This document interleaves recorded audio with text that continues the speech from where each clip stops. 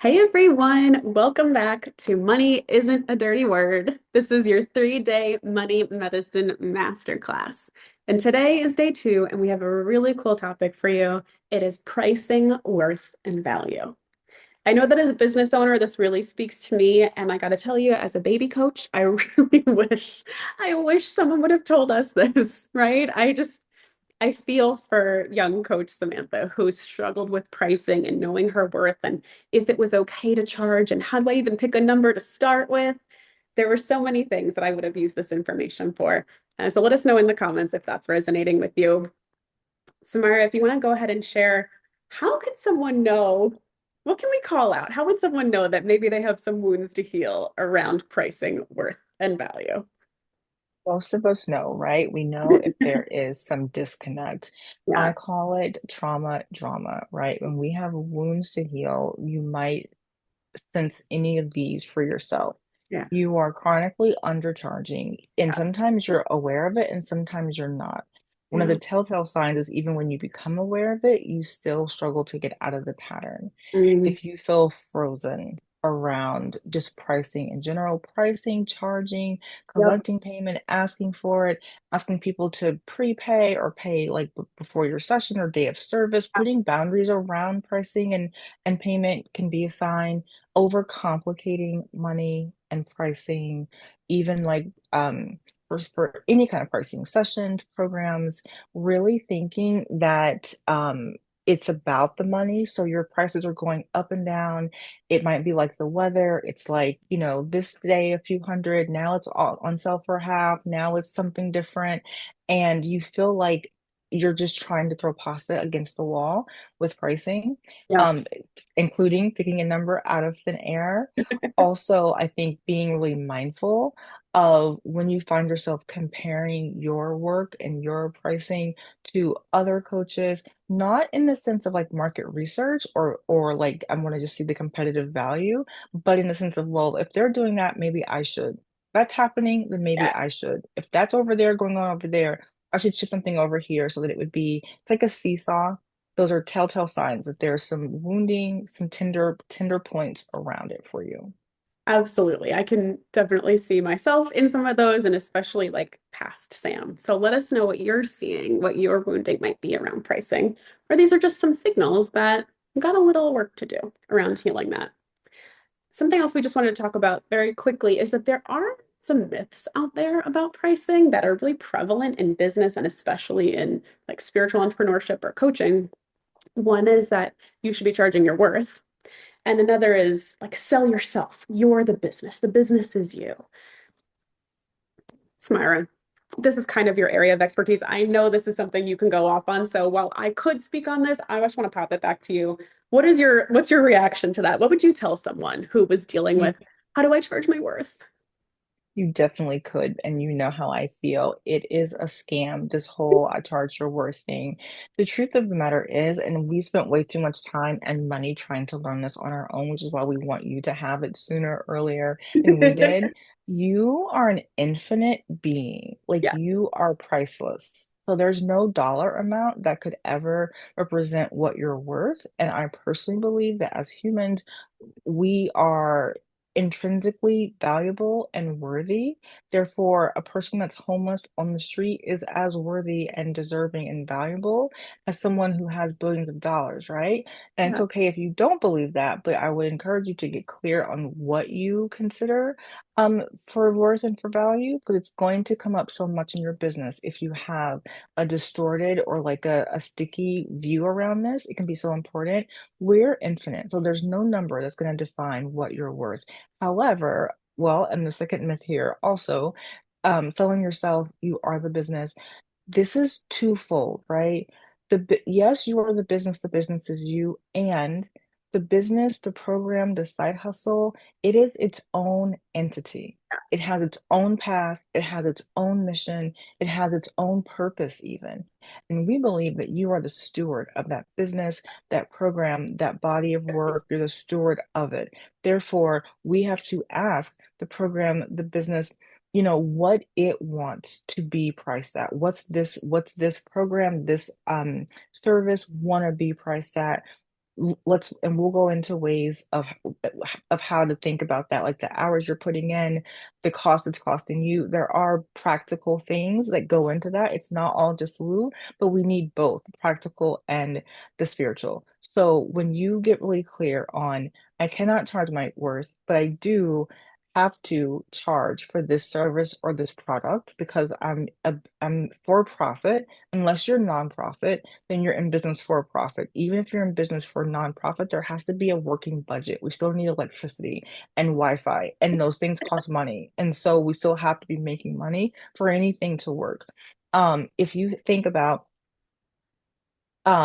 looking at the monetary value of something, you can decide for yourself, I want to provide more value in the service and product than I'm asking for in monetary exchange. But that's still a more empowering belief than trying to find the right price that feels like is my worth or is like what everyone else is doing. Once you get clear on, I cannot charge my worth, I'm an infinite being, but this product service has to have a price to be in the marketplace. And this isn't about me selling me. This is about me sharing the work I'm here to share or the business or the product.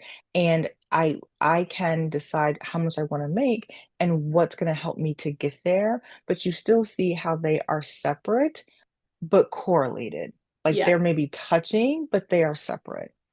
I really like that. And I think that to me, kind of debunking those myths a little bit or poking holes in them, for me, it helps to take pressure off of myself that I have to find the perfect price. And I know for me, I can end up in freeze mode. It's like, I don't have the perfect price, so where do I start? And I don't know what to do. And you don't do anything, right? So if you catch yourself in freeze, this might be a tool for you to take a little pressure off, feel safe again, and keep going forward. So with that, we can go on to the practical strategy portion of this, which of course I love. And I do want to caveat this by saying we're going to try to share 3 strategies today. You do not have to do every strategy, okay? It's actually counterproductive to do all 3. It makes much more sense to choose what lands for you, what works for you, even if it's just a part of something. So give yourself permission to receive this information, let it wash over you, and do what works for you. Okay. Practical strategy for me is also grounded in one of my favorite like coaching isms when it comes to money and pricing. When it comes to money, there is math and there is drama. Today we're going to do a little math. Okay. Yesterday we dealt with the story a lot. Today we are doing some math. So grab your notebook, grab your pen. Let's do a little math together. Okay. And no stories that women aren't good at math. Okay. We are great. We are problem solvers and we can be great at math. So strategy number 1, this is about deciding how much do I want to make this year. We are going to then do a little math. I want you to claim how much money you want to make this year in your big vision, your big and yet realistic vision, how much money you want to make. Then I'm just going to walk you through the steps quickly. We are going to divide that number by 12, okay? And then it's going to give us a monthly target. That doesn't mean you have to make that money every month or you're a failure. You can build up to that number, but it gives us a monthly target to aim for, okay? A roundabout number. Based on that monthly goal, how many products or services do you need to sell and at what price point to make that money? It just becomes a math problem. So I'm going to add in a few numbers to make it a little smoother. Maybe you want to make $50,000 for the year. It's a great goal. That's a great income goal. Let's divide that by 12, and you're going to get approximately $4,000 a month as a guide. So if you're making about $4,000 a month or averaging it out, you're going to be really close to that 50K per year. So if you want to make $4,000 a month, let's do one more little bit of math. How many products and at what price do I need to sell? You could sell 4 packages at $1,000. It's a very typical price point in the coaching industry. You could sell 5 packages or products at $800. You could sell 10 at $400. That's a great get behind it price point. Remember, these are just targets, they are just beginnings, but this is a great tool to do math and not drama. So if you want to pause this training, take a second now, decide what your yearly goal is, divide it by 12, and ask yourself how many products and at what price point do I need to sell to hit that monthly goal? That is to me like kind of cut and dry, clear strategy number 1. But Samira, any thoughts on that? before we go into another one?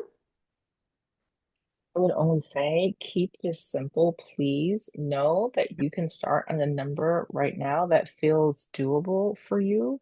It can always grow. You can always exceed the goal.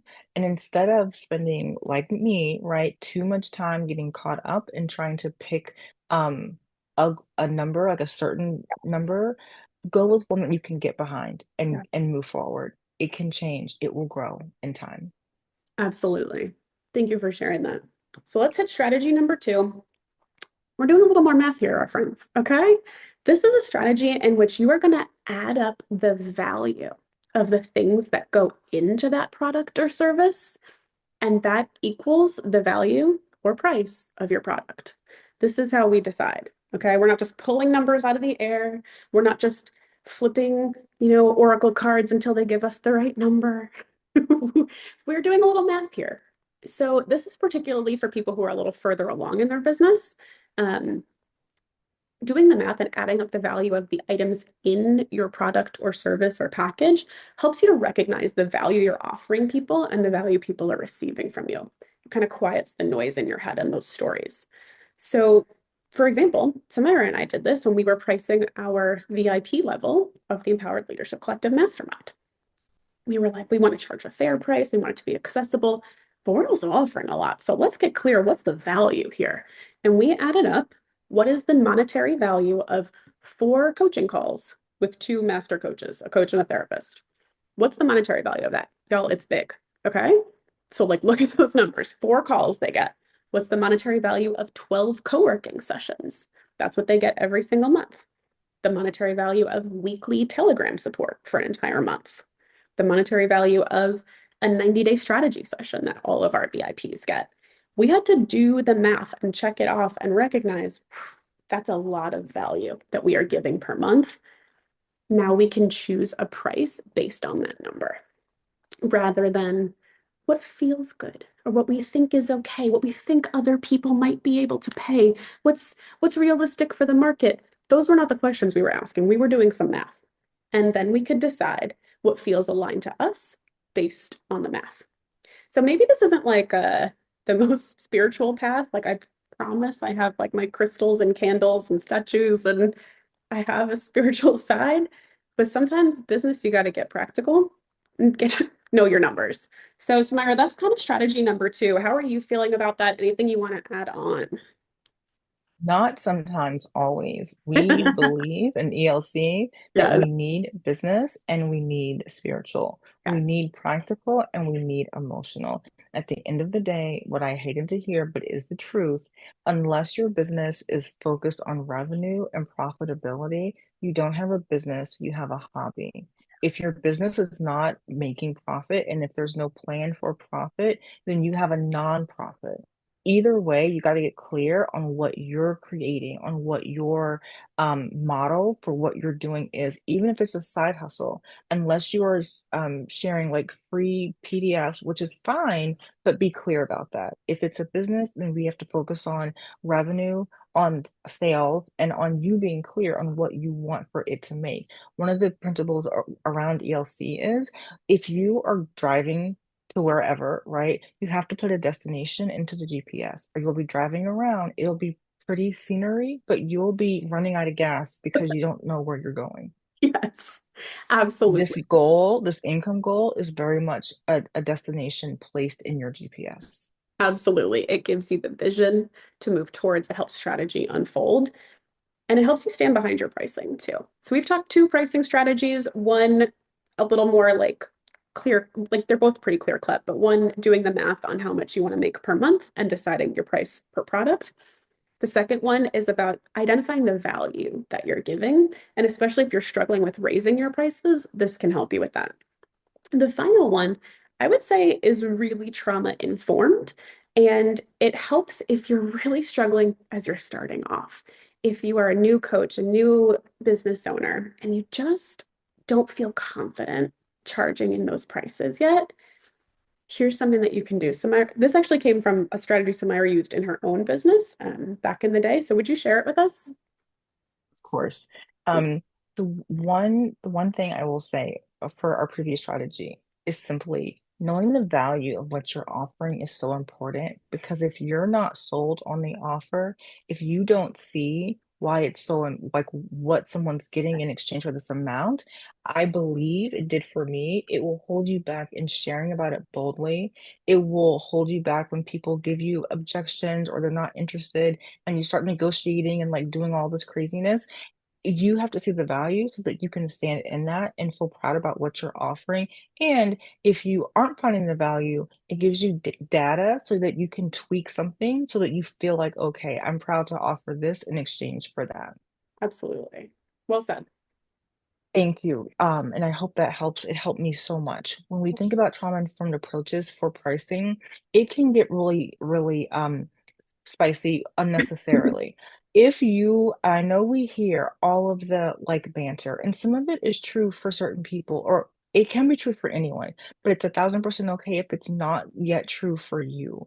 You may not be able to start with 5K packages or 10K packages. Samantha and I did not start there, and you don't have to start there. Nothing's wrong with you if that's not where you're wanting to start. And if it is where you're wanting to start, but you can't get your energy behind it quite yet, try this. Yes. When I first began with my therapy practice, I was too a baby therapist and an even younger baby coach, and like things were a little messy. I realized I was trying to start at $100 per session, which is what my clinical supervisor had encouraged me to start at, and I couldn't do it. When it came time to share the price with somebody on a consult, I was like stammering. I was like, "Well, how much can you afford?" It wasn't going well. And so to clear the drama and make it just about money, I began with my post grad rate at an agency of 25 per hour. And it felt like it was an equal exchange. I felt like it was underpriced, but I was okay with it when I began to realize I could set a certain number of sessions. I did the number five. For every five sessions that I would book at 25, I would have them. I would back then write out like what worked, what didn't work, just in general. And when I felt like that's fine, I would increase the price by $25. I've used this in coaching for larger numbers now, but you can decide to start where you are. And for every how many sessions you feel good about where you are, you can increase it. Now, you can keep it the same. Say you start at X, say you start at $50, you have your five, you still feel shaky. You could do five more. You could do 10 more, and then you can increase it. The important part here is to reflect on how it's feeling for you and what feels like equal exchange, but also having the courage to stretch yourself a little bit so you don't get stuck in undercharging, so you also don't get stuck in doing nothing, Yes. charging nothing, sharing nothing, right? Because you're not sure what to share. Just start somewhere and know you can grow with it. It can shift over time with you. I really appreciate you sharing that. And I do think it is the most trauma-informed way. It is the way that helps to anchor that price in your body. You feel safe charging that price. You feel safe speaking that price. You feel safe knowing you're worth it, knowing I can deliver. And you feel proud of yourself instead of terrified of your work, which then causes that fight, flight, or freeze, and we run away from the business. So if this strategy resonates with you, I really want you to consider your own kind of price that you're going to start at and what your threshold is going to be. After 3 sessions, after 5 sessions, maybe I'll increase by 10%, 15%, by $25 or $50. And then you at least have a plan, right? It's not throwing spaghetti at the walls or picking numbers out of the air, comparing yourself to Yes. someone else. It feels, to me, that feels really comforting to feel like there's a plan and some structure around the work. Yeah, so I think that's a beautiful strategy and it really resonated. And that's going to basically bring us to a close for day two. We talked about how to know if you're having pricing struggles and what some of those common pricing struggles are. We talked about how charging your worth is a myth because you are priceless. You are an infinite being. You are infinitely worthy. But we do have to choose prices that reflect the value that we deliver to the people that we serve. And so you might try a pricing strategy one, two, or three. You might choose one where you know you've got to do the math instead of getting into the drama, or you might choose to step up your pricing incrementally after you hit certain milestones. Your homework for today is very simply to tell us one insight that you gained about pricing, worth, and value from this training. And so, Myra, with that, I think we can close. Anything you want to say?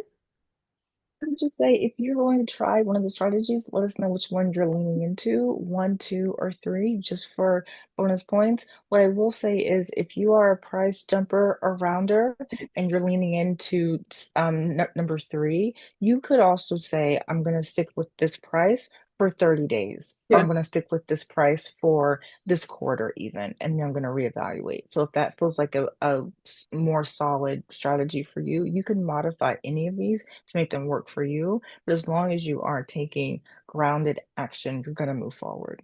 beautiful. Thank you so much. And thank you for joining us for day two. We'll see you soon.